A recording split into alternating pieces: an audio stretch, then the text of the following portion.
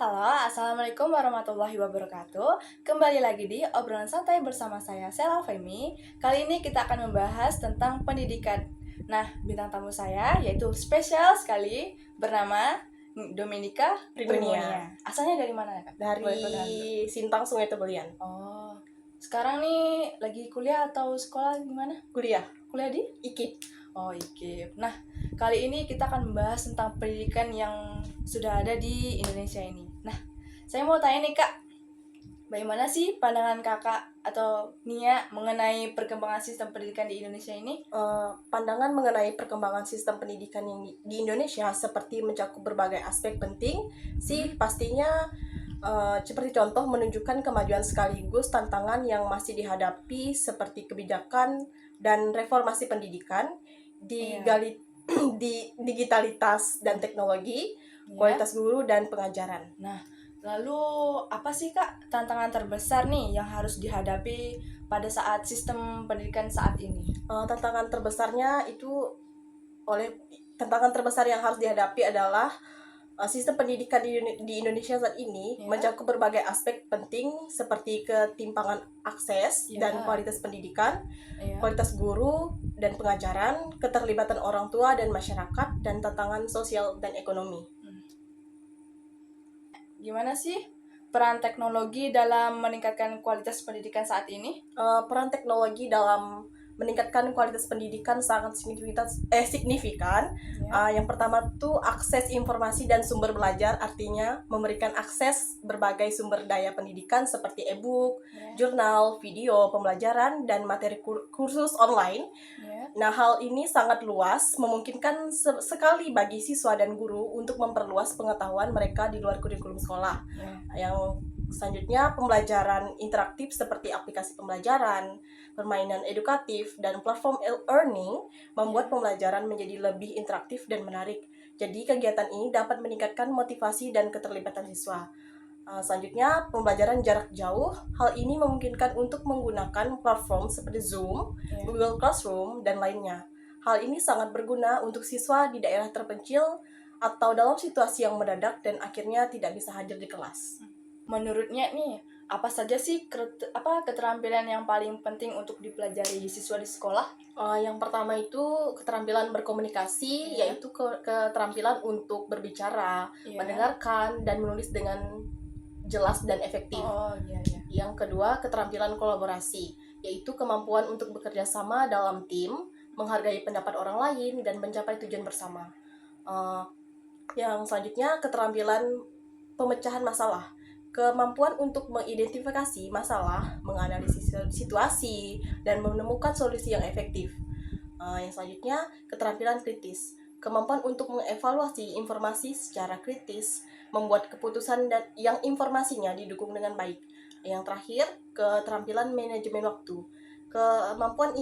Kemampuan untuk mengatur waktu dengan baik, menetapkan prioritas, dan bekerja secara efisien.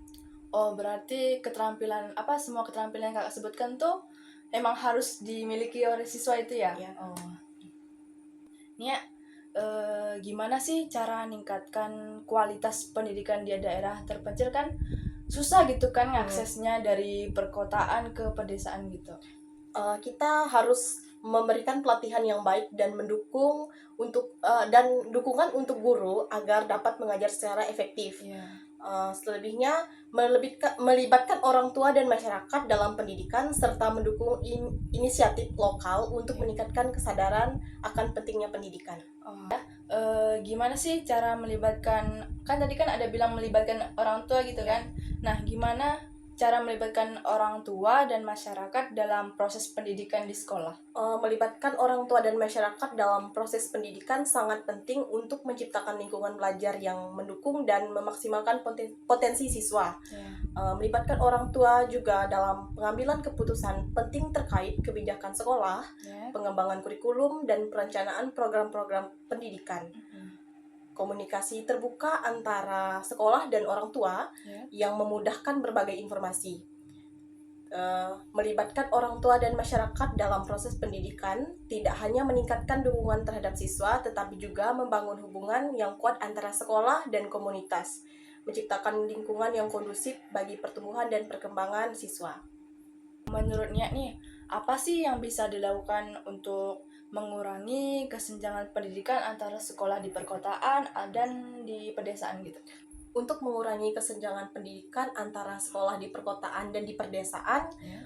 memastikan pendanaan dan sumber daya yang cukup untuk sekolah di pedesaan, termasuk infrastruktur fisik, buku teks, peralatan pembelajaran, dan teknologi pendidikan. Memberikan pelatihan yang memadai bagi guru di pedesaan untuk meningkatkan keterampilan mengajar mereka dan mengadopsi teknologi pendidikan. Mendukung program bantuan tambahan seperti bimbingan belajar atau program penguatan akademik untuk membantu siswa di pedesaan yang mungkin menghadapi kesulitan belajar. Oh, berarti itu apa namanya, untuk mengurangi kesenjangan kita harus ada dana gitu ya, sumber daya. Menurutnya nih, bagaimana sih pendekatan pembelajaran yang paling efektif gitu untuk siswa? Pendekatan pembelajaran yang paling efektif itu menggabungkan berbagai metode dan strategis untuk menciptakan lingkungan belajar yang mendukung berbagai gaya belajar siswa. Contohnya, pembelajaran berbasis teknologi, yaitu memanfaatkan teknologi pendidikan seperti simulasi, platform pembelajaran online, dan aplikasi interaktif untuk meningkatkan akses dan pengalaman belajar siswa. Ya, apa sih peran guru dalam mempersiapkan siswa untuk menghadapi tantangan di masa depan? Seorang guru itu harus berpikir secara kritis agar apa dalam menyusun atau membuat pembelajaran menjadi menyenangkan dan siswa juga tertarik dengan apa yang diajarkan oleh gurunya. Lanjut ya. Tantangan apa saja nih yang harus dihadapi dalam mengimplementasikan pembelajaran online? Mengimplementasikan pembelajaran online Ya. menghadapi beberapa tantangan yang perlu diatasi seperti fleksibilitas dan infrastruktur, Ya. kualitas konten dan pembelajaran yang interaksi dan kolaborasi. Nah, menurutnya nih, apa sih yang bisa dilakukan untuk meningkatkan kualitas guru di Indonesia saat ini? Meningkatkan kualitas guru di Indonesia itu seperti memberikan akses yang lebih baik untuk pelatihan dan pengembangan profesional bagi guru, memastikan setiap guru mematuhi standar etika dan profesionalisme yang tinggi dan praktik mengajar mereka. Melakukan evaluasi teratur terhadap kinerja guru dengan memberikan umpan balik yang konstruktif untuk membantu mereka meningkatkan kualitas pengajaran. Mendukung pengintegrasian teknologi dalam proses pembelajaran dan memberikan pelatihan yang diperlukan kepada guru untuk menggunakannya secara efektif. Gimana sih caranya untuk meningkatkan akses pendidikan bagi anak-anak yang kurang mampu? Untuk memberikan akses pendidikan bagi anak-anak dari keluarga kurang mampu itu seperti memberikan beasiswa atau bantuan keuangan kepada anak-anak dari keluarga yang kurang mampu untuk biaya sekolah seperti biaya buku, seragam, dan perlengkapan pendidikan lainnya. Menurutnya nih, gimana sih peran guru dalam memotivasi siswa untuk belajar lebih baik di sekolah? Memberi contoh yang baik bagi siswa dengan menunjukkan dedikasi, kerjasama, dan komitmen terhadap pembelajaran, mendorong partisipasi aktif dari siswa dalam diskusi kelas, proyek, dan aktivitas pembelajaran lainnya untuk mempertahankan minat mereka. Selanjutnya, membangun hubungan yang baik dan empatik dengan siswa, sehingga mereka merasa didengar, dipahami, dan didukung dalam proses belajar mereka. Nih, gimana sih cara menghadapi karakteristik siswa yang berbeda-beda? Pasti kan di setiap kelas tuh ada anak yang pendiam, terus aktif kan, kayak telah di sana lah di sini, habis itu kayak gimana gitu caranya? Cara menghadapi siswa yang seperti itu yang memiliki perbedaan karakter adalah bagaimana alami dari pengajaran mengajar. Setiap siswa memiliki latar belakang, minat, dan kebutuhan yang berbeda-beda. Usahakan untuk benar-benar memahami karakteristik individu mereka. Ciptakan atmosfer kelas yang menghargai keberagaman. Pastikan bahwa setiap siswa merasa diterima dan didukung dalam lingkungan belajar. Kenali gaya belajar masing-masing siswa. Beberapa mungkin belajar lebih baik melalui pendekatan visual, sementara yang lain lebih suka pembelajaran auditif atau kinestik. Sesuaikan metode pengajaran Anda sejauh mungkin. Gunakan pendekatan komunikasi yang sesuai dengan karakteristik siswa. Beberapa siswa mungkin lebih merespon pendekatan yang hangat dan personal, sementara yang lain lebih memilih pendekatan yang lebih formal. Memfasilitasi kerja sama antara siswa dengan karakter yang berbeda-beda, sehingga kelompok atau proyek kolaboratif dapat membantu siswa untuk memahami satu sama lainnya dan belajar dari perbedaan mereka. Ini ya, itu saya. Oke. Lanjut ini ya, gimana sih cara seorang guru itu menghidupkan kelas saat proses pembelajaran? Pasti kan guru agak canggung gitu kan kalau pertama kali lihat siswanya kayak monoton gitu dalam pembelajaran gitu. Gimana? Bisa menggunakan berbagai metode pengajaran seperti ceramah singkat, Ya. diskusi kelompok, presentasi siswa, role play, atau eksperimen langsung. Variasi ini dapat membantu menjaga ketertarikan siswa dan memaksimalkan pemahaman mereka. Sisipkan kaitan antara materi pembelajaran dengan kehidupan sehari-hari Ya. atau situasi dunia nyata yang relevan bagi siswa. Ini juga membantu mereka untuk melihat pentingnya materi yang dipelajari. Ajukan pertanyaan terbuka atau merangsang diskusi yang mengundang siswa untuk berpikir kritis dan mengemukakan pendapat mereka. Diskusi yang aktif akan membuat suasana kelas menjadi hidup. Selanjutnya, gunakan teknologi atau alat bantu seperti kuis interaktif, platform digital, atau permainan edukatif yang memicu partisipasi aktif dan keterlibatan siswa. Juga gunakan gambar, video, atau multimedia lainnya untuk menambahkan dimensi visual dalam pembelajaran. Hal ini juga dapat membantu memperjelas konsep yang sulit dan menjaga perhatian siswa. Nah, itulah tadi obrolan santai kita hari ini. Kesimpulan yang bisa kita ambil itu pandangan mengenai perkembangan sistem pendidikan di Indonesia seperti menyakup berbagai akses penting. Contohnya tuh menunjukkan kemajuan gitu, sekaligus tantangan yang harus dihadapi.